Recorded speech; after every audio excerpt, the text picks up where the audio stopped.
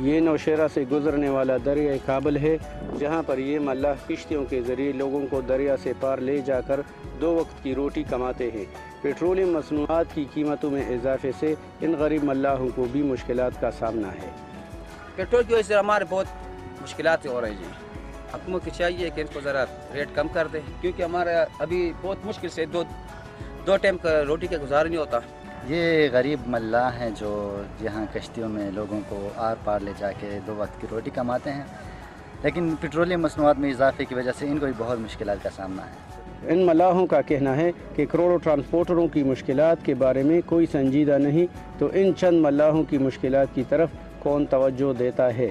کمر توڑ مہنگائی، بے روزگاری اور بدامنی کے مارے ان غریب ملاحوں نے حکومت سے پیٹرولیم مصنوعات میں کمی کا رسمی مطالبہ کیا ہے۔